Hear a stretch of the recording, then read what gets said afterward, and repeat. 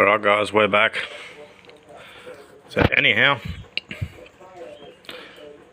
my motorbike socket tool, I actually don't know the name of it.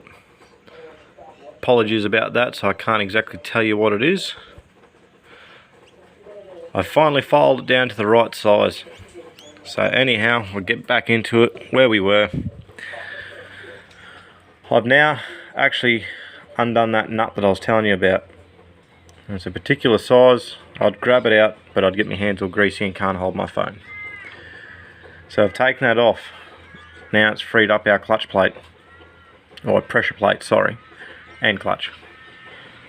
Now that we've undone that, all I've done since then is undo that and remove my springs. Simply put them on the ground or in a safe location you don't lose anything. As it is, I'm going to clean all of this before it goes back in. So you can already see here, it is meant to be greased, but that's not just grease, it's also soot. Right, so now that we've undone this, just behind this backing plate, there's a circlip. Sorry about the camera. The circlip goes in here, against here first.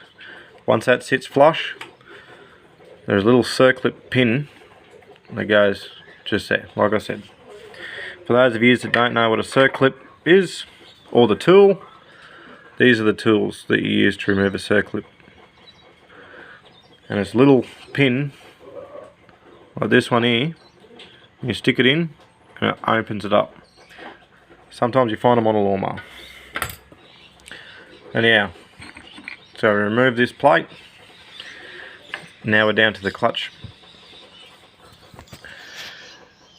Right, so our whole clutch here, it's not moving at the moment. There's a little nut down here, a washer, so you're actually able to turn that. Just be patient with it, don't rush things, because when you do, it goes wrong. Plenty of experience of learning that. Nice and gentle, pull it out.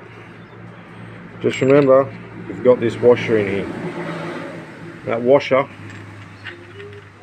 needs to be there, because that's what goes over and on. We're going to drop that back in. Now you'll be able to see that we'll be able to remove the actual clutch plate from the basket. Yes, that goes through the centre of it. So as I was saying, all my clutch is all dirty. Needs a good clean up. The teeth on the actual clutch plates are actually still in quite good condition. But all the gunk and soot that is built up is preventing it from working as good as it should. So that's what it should look like. That's your internals. So, if we all know, that's obviously our kickstart. This is where our clutch is going, which it's obviously still engaged because of the angle of my bike. And I'm turning that quite easily either. There's no hard turning there. And that's actually my engine and piston from my crank rod. So anyhow, now we've still got a lot of soot and rubbish down here and soot to clean up. Like I said, I'm not going to pull my engine apart, but very carefully, if you guys can, grab a razor blade, preferably an actual, decent razor blade, and very gently just scrape off any of your excess gasket rubbish without scoring the actual aluminium. If so, use an adult present for them to do this.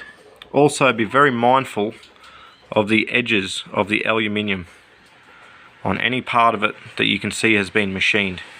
It is very sharp. I've seen a lot of people go and have some stitches because of this kind of stuff, just like a tin can, cut you right open. Alright, we'll get back to you with a new one.